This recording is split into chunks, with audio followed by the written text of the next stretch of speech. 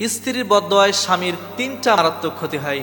যদি কোনো স্ত্রী আল্লাহ তাআলার কাছে ফরিয়াদ জানায় যে আমার এই স্বামী আমার প্রতি অন্যায় করেছে, জুলুম করেছে, তাহলে ওই স্বামীর তিনটা মারাত্মক ক্ষতি হয়। অনেক স্বামী রয়েছে দেখবেন তাদের স্ত্রীর প্রতি জুলুম করে, বিনা কারণে তাদেরকে মারধর করে, তাদের ভরণ পোষণ দিতে চায় না, অনেক নানাবিধ কারণে তাদের উপরে অত্যাচার করতে থাকে। আর ওই স্ত্রী যদি আল্লাহ তাআলার কাছে ফরিয়াদ জানায়, আপনার তিনটা মারাত্মক ক্ষতি হবে। কয়টা বললাম? তিনটা।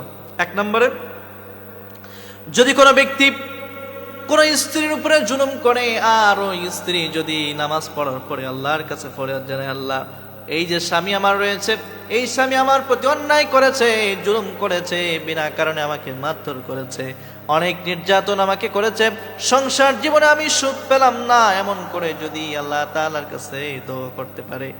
নবী করিম সাল্লাল্লাহু আলাইহি ওয়াসাল্লাম বলেন, যখন কোনো মাজলুম, যখন কোনো অত্যাচারী মানুষ আল্লাহ তাআলার কাছে দোয়া করে, এই মাজলুমের দোয়া আর আল্লাহ তাআলার ভিতরে কোনো পর্দা থাকে না, সরাসরি সেটা কবুল হয়ে যায়। সুতরাং আপনারা আপনার স্ত্রীর সাথে খারাপ ব্যবহার করবেন না, এমন আচরণ করবেন না যার কারণে সে আল্লাহ তাআলার কাছে ফরিয়াদ করতে পর্যন্ত বাধ্য হয়ে যায়। এই কাজ কখনো করবেন না। আপনারা আপনার স্ত্রীর সাথে খারাপ ব্যবহার করবেন না। যদি খারাপ ব্যবহার করেন, এক নম্বরে না জানা অনেক ক্ষতি, অনেক বিপদের ভিতরে আমি সম্মুখীন হবেন। দুই নম্বরে, আপনার ব্যবসার ভিতরে বরকত কমে যাবে। একটা সময় দেখতেন আপনার ব্যবসার ভিতরে অনেক আয় উন্নতি হতো, আপনার ব্যবসা ঠিকই চলতেছে, কিন্তু এই ব্যবসার ভিতর থেকে আল্লাহ তাআলা বরকত উঠিয়ে নিয়েছে, বরকত উঠিয়ে নিয়েছে আল্লাহ তাআলা।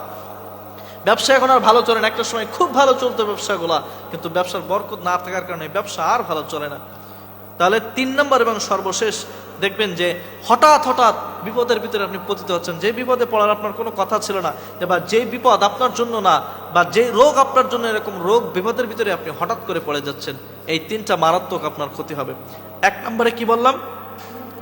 আপনি না জানা অনেক ক্ষতির সম্মুখীন হবেন যদি আল্লাহ তাআলার কাছে আপনার স্ত্রী দোয়া করে। এই দুই নম্বর, আপনার ব্যবসার ভিতরে বরকত নষ্ট হয়ে যাবে, আপনার ব্যবসা বাণিজ্যের ভিতরে, আয় রোজগারের ভিতরে বরকত থাকবে না।